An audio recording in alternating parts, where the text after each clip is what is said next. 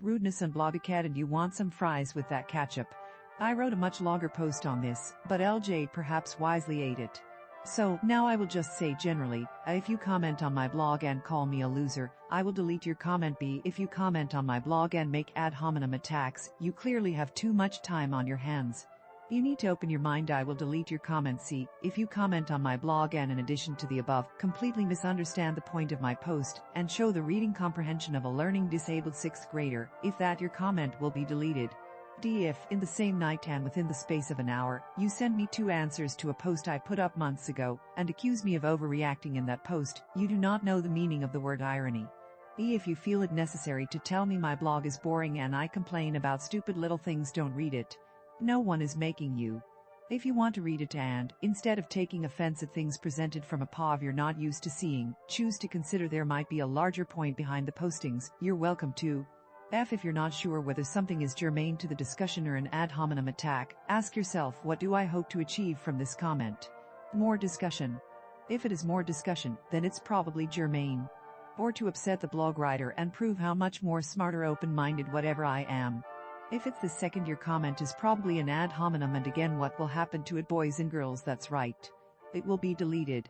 Note that even a germane question such as "Are you sure your son understood the assignment?" can be a wrong question when you call the person a loser or close-minded in the next sentence.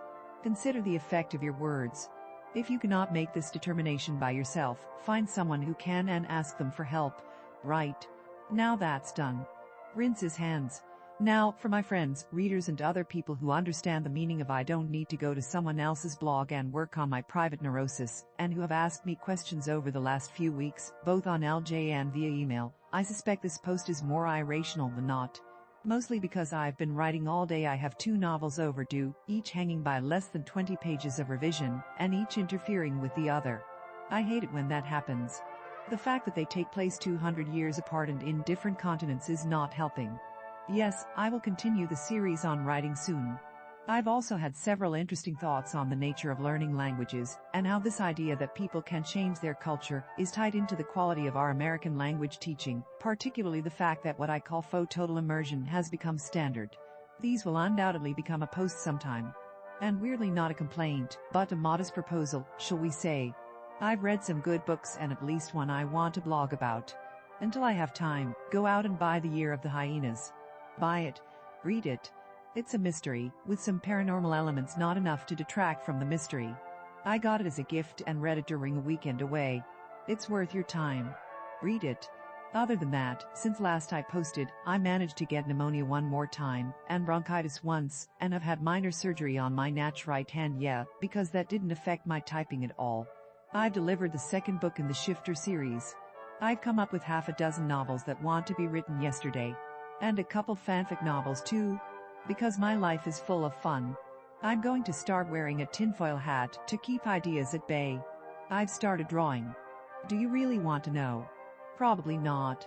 If I find a scanner, maybe I'll post some of it. I find it very restful to use a different area of my brain. I'd reached a point that taking weekends off or whatever was not working. My head kept ticking on novels. The art turns it off, though, and allows me to come back to the page fresh. I tired of noodling with it on my own, and so I'm taking 2 classes. Just getting out among non-writers is good sometimes. The cats are still alive. The not my cats are still alive too. D'Artagnan has acquired a new nickname. In addition to Butterpat, Sausage, Notorious Ill Bin Approprié Licking Boy and Lord of Tentiston, he's now Balam. This because he has a distinctive meow that sounds something like ma-ah. The boys are still alive.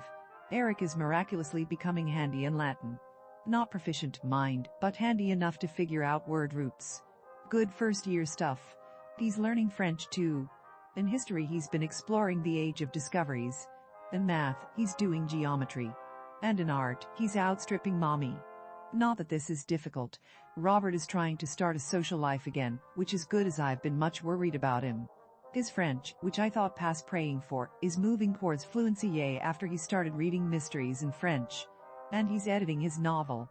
Both of the boys' hair is going curly, which seems like adding insult to injury. I wanted curly hair. I did. The local con came and went and I couldn't enjoy it, since I was dealing with pneumonia. did panels, but didn't socialize because I don't like getting other people sick, and I know I'm not the only one on crazy deadlines.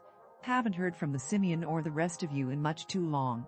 I hope to be out of the woods on Monday, at which point I look forward to a normal schedule and a semblance of normal interaction. Till then, keep good thoughts coming my direction. I'll dig myself out from under God's shovel.